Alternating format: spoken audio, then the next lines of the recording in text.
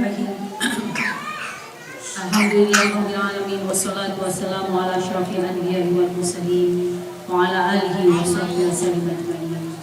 Alhamdulillah kita bisa berkumpul di sini dalam sehat walafiat, bisa silaturahmi. Umi juga kaget Habib Muhammad bikin acara kok bukan malam Jumat. Kan selalu kalau kita bikin selamatan ya malam Jumat. Katanya Umi yang bilang supaya hari Rabu ya sudah. Mana yang terbaik aja, yang penting kita bisa kumpul, baca yasin, baca tahlil, baca maulid, itu yang paling penting.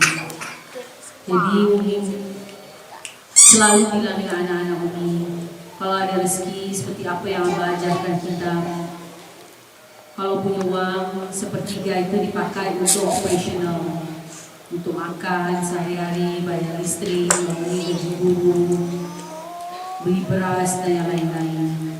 Sepertiga itu dipakai untuk ditabung dalam bentuk emas batangan, dan sepertiga lagi dipakai untuk investasi. Yang namanya investasi berarti beli tanah, beli rumah, kalau beli sawah, beli kebun, itu yang namanya investasi. Jangan pikir uang itu dihabis-habiskan untuk gonta-ganti HP, gonta-ganti gadget, beli barang-barang yang mahal-mahal, belum lagi makan di restoran. Ingat, Abah dulu pesan ke Umi, jangan terlalu pikirin makan. Tuh, sampai yang gedut-gedut itu. Karena apa yang kita makan itu pasti ujung-ujungnya akan berada di menjadi kotoran. Jadi makan ala kadarnya, secukupnya.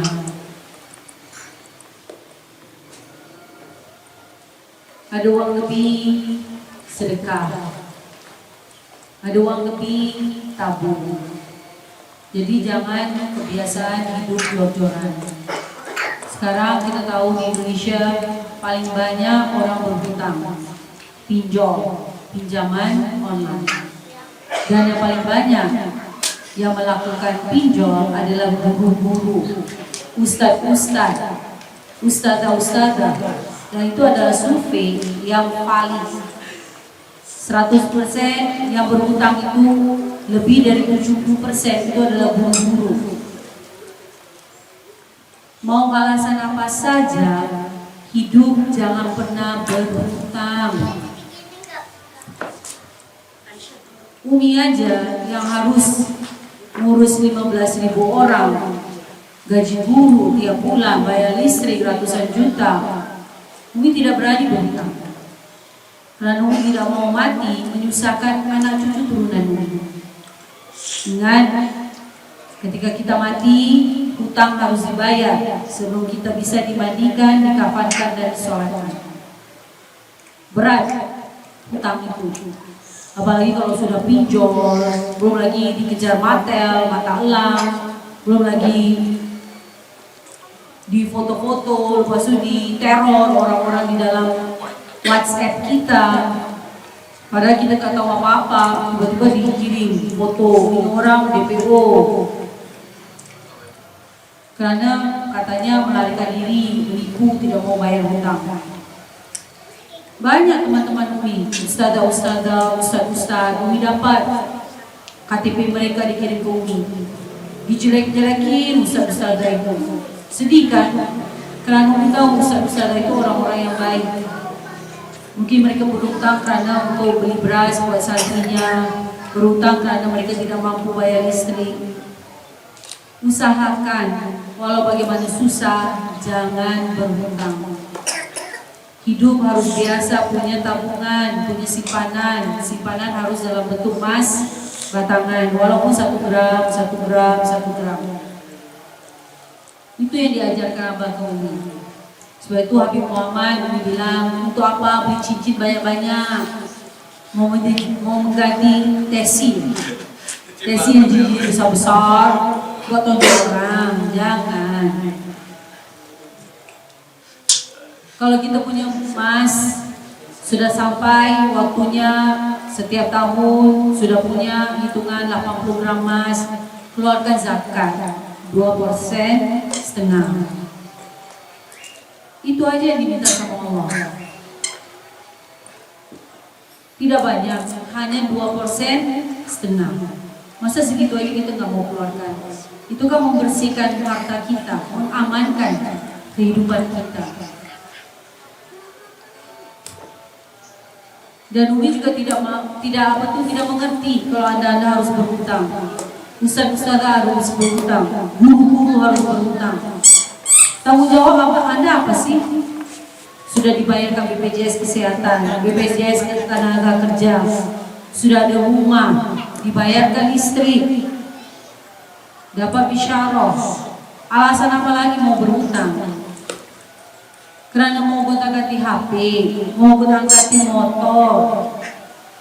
Jangan, itu semua tidak ada yang kita bawa mati. Dan anda juga bukan tukang ojek, bukan tukang GoFood, anda butuh pakai motor. Umi punya teman, suami istri, orang kaya ya. Tetapi suaminya ini suka berhutang. Dia berhutang karena dia mau bangun perumahan. Jadi cita-citanya itu terlalu tinggi. Akhirnya hutanglah ke bank. Setiap bulan dia harus membayar bunga bank 20 miliar setiap bulan. Itu setiap bulan ya. Itu hanya bunga banknya, belum pokok bank. Bayangkan berapa banyak uang yang dia pinjam. Sampaikan hanya bayar bunga bank 20 miliar. Akhirnya tidak bisa bayar, disita rumahnya, mobilnya, perhiasan istrinya, semuanya habis untuk bayar hutang. Perumahannya nggak jadi, ditipu orang, bangkrut. Jadi hidup itu harus selalu qanaah, selalu merasa cukup. Jangan tamak, jangan terlalu ambitious.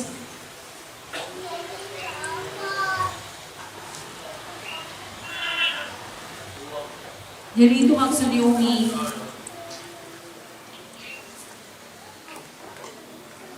Anda ini kan dan kita semua ini dalam satu perahu.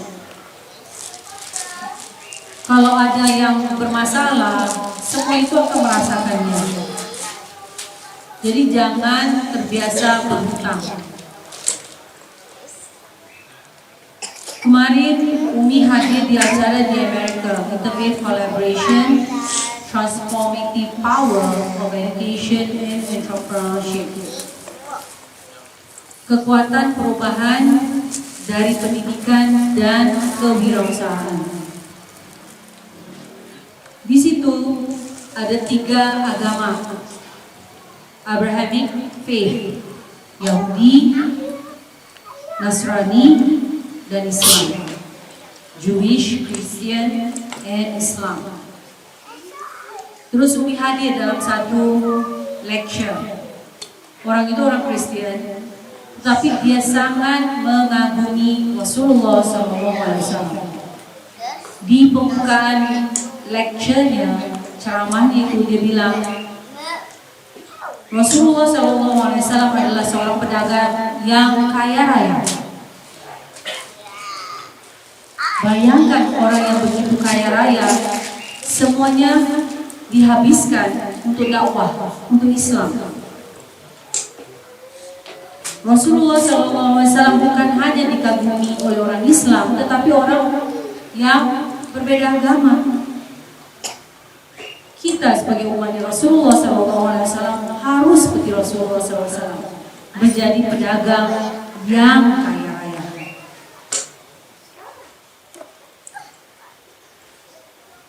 Karena 9 dari 10 pintu rezeki adalah dari dagang dan usaha. Itu doanya Rasulullah SAW.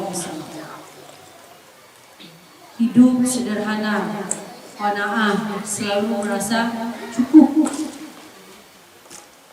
Jangan terlalu banyak angan-angan, cita-cita.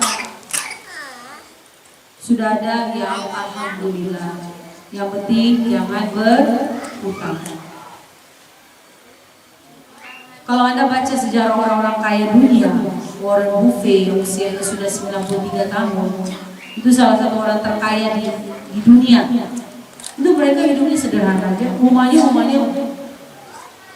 Rumahnya dari pertama dia menikah dengan istrinya, disitulah rumahnya dia. Padahal dia bisa bangun istana, bangun castle, bangun mansion. Tapi tidak. Dia suami istri tinggal di rumah pertama mereka menikah. Yang pertama mereka membeli rumah itu. Uangnya dipakai untuk apa? Untuk investasi, untuk bisnis, untuk usaha, untuk dagang, supaya bermanfaat buat orang banyak, bukan hanya untuk kepentingan pribadi. Jadi itu yang diharapkan. Habib Muhammad sudah beli rumah ini, mau dirapikan. Dibilang gak apa-apa, insya Allah ada manfaatnya. Beli tanah, beli rumah, tidak ada ruginya. Ini belajar dari Abah. Abah rajin kalau ada uang, beli rumah, beli tanah, beli sawah, nyicil sedikit-sedikit. Jadi hidup jangan jor-joran. Biasakan puasa Senin Kamis supaya kita tahu merasakan kelaparan. Seperti orang-orang yang di mana sah? Di Arafah. Ya karudaya karena dia Habib Idrus, Habib Faris, sampai ada yang pingsan, ada yang muntah-muntah di jalan. Itulah yang dirasakan orang miskin. Jadi kalau kita miskin, kasih makan orang, itu pahala yang sangat besar. Sesuai dengan butiran nasi yang dimakan oleh orang tersebut. Sebab itu Umi walau bagaimanapun tetap santri harus makan nasi 3 kali sehari. Tidak apa-apa. Walaupun lauknya apa adanya, yang penting nasi. Karena nasi itulah yang memberi kekuatan kita untuk atiullahu, atiu Rasulullah sallallahu alaihi wasallam. Inna sholati wa nusuki wa mahyaya wa mamati lillahi rabbil alamin. Itu saja. Ketika kita makan, kita baca bismillah. Baca bismillahi syafi, bismillahi kafi, bismillahi ma'afi. Bismillahi la yadurru ma'asmi syai'un fil ardi wa la fis samai wa huwas samiul alim. Baca doa itu. Apa yang kita makan akan menjadi kekuatan buat kita hidup hanya untuk beribadah kepada Allah, hanya untuk dakwah kepada Allah Subhanahu wa taala. Umi puas kembali ke Amerika. Umi bisa buktikan kepada agama-agama yang lain, kepada orang-orang kaya dari agama-agama lain, bahwa Islam di Indonesia adalah agama yang toleran. Orang-orang kaya di Indonesia, alhamdulillah, insya Allah semuanya untuk Islam. Masjid terbanyak di dunia adalah di Indonesia, bukan di Abu Dhabi, bukan di Dubai, bukan di Saudi Arabia, di Indonesia. Kita harus bangga menjadi orang Muslim di Indonesia, orang yang sangat karim, yang membela agama Islam. Insya Allah kita semua, anak cucu turunan kita sampai surga Jannatul Firdaus, menjadi keturunan yang soleh dan solehah, hafidh hafidhah, keturunan yang diberkahi. Selamat, sukses sampai surga Jannatul Firdaus, menjadi keluarga sakinah mawaddah warahmah, terutama Habibullah dan Syarifah Isa dan semua orang yang hadir di dalam acara ini. Karena ingat, keturunan yang soleh dan solehah yang akan membawa kita sama-sama nanti berkumpul dengan Rasulullah SAW, dengan Asyikh Habib Segaf Rahmani Bishara Kabir Salim, dengan aulia dan dengan semua nabi-nabi sebelum Nabi Muhammad SAW. Ya Allah, berikanlah kami keselamatan dari dunia sampai syurga Jannatul Firdaus, umur yang panjang di dalam sehat walafiat, hanya untuk beriman, beribadah dan bertakwa, menjadi keturunan yang soleh dan solehah, hafidh hafidhah, keluarga sakinah mawaddah warahmah, selalu hidup hanya untuk Ya Allah, beribadah kepadamu, dakwah selalu fatona amanah sesidik hanya untukmu ya Allah. Hai lain dari wasahab, dan selalu mengamalkan surah Al-Asr, mendapatkan rezeki yang halalan, thayyiban wal barakah.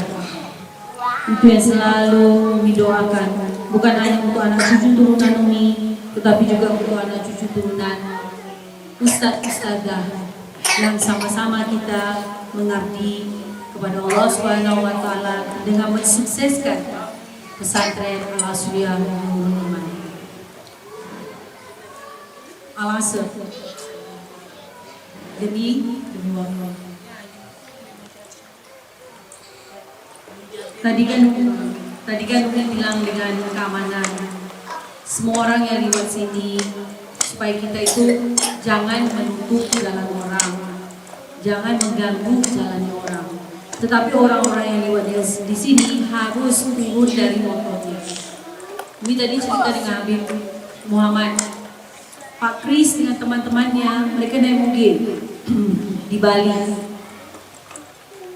Tiba-tiba mereka lupa bahwa hari itu adalah hari Nyepi, di mana tidak ada boleh bunyi suara. Akhirnya mereka ini, rombongan moge ini adalah rombongan orang-orang yang kaya raya yang punya motor yang harganya 1 miliar. Mereka turun dari motor dan motor itu beratnya rata-rata 400 kilo. Mereka dorong itu motor. Karena apa? Menghormati orang-orang Hindu yang sedang bersembahyang di kuil. Masa kita sesama muslim nggak tahu adab? Jalan lewat orang sedang baca tahlil, sedang baca yasin, motor lari sekencang-kencangnya. Tadi kau lihat, nggak punya akhlak. Orang baca maulid, at least dia turun, dorong motornya pelan-pelan. Motornya kan nggak ada yang 400 kilo. Ada nggak motor kamu orang yang 400 kilo? Nggak ada kan? Ada yang di sini punya moge? Nggak ada. Orang-orang kampung di sini apa lagi? Nggak punya akhlak. Sebab itu disuruh provos tadi, suruh tahan. Semua motor yang mau lewat harus turun dari motor, dorong motor. Menghormati siapa? Bukan menghormati kita, tapi menghormati Rasulullah Sallallahu Alaihi Wasallam.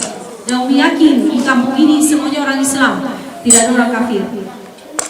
Jadi kalau mereka lewat sini, grab motornya sengaja digeber, apakah itu orang Islam? Itu yang harus kita ingat. Karena Islam adalah ihsan, akhlak. Jadi insyaallah kita semua dan anak cucu turunan kita selamat, sukses sampai ke surga Jannatul Firdaus, mendapat rezeki yang halalan, thayyiban wal barakah, yang digunakan hanya untuk ibadah kepada Allah Subhanahu wa taala dan bukan untuk yang lain, walaupun hal yang sepele yang membantu. Al-Fatihah. A'udzubillahi minasyaitonirrajim. Bismillahirrahmanirrahim. Alhamdulillahirabbil alamin. Arrahmanirrahim. Maliki yaumiddin. Iyyaka na'budu wa iyyaka nasta'in. Ihdinas siratal mustaqim. Shiratal ladzina an'amta 'alaihim ghairil maghdubi 'alaihim waladdallin. Allahumma haqqil Fatihah wa sirril Fatihah wa karamadil Fatihah wa nuril Fatihah wa biman unzilat 'alaihim Fatihah. Allahumma shalli ala sayyidina Muhammad wa ala alihi wa sahbihi. Allahumma kubaskan salat untuk mengantar jadwal kaya Allah. Sallallahu alaihi wasallam. Wa syirika bihi wa sawajibin wa ala alihi wa sahbihi. Ma'hadil asriyah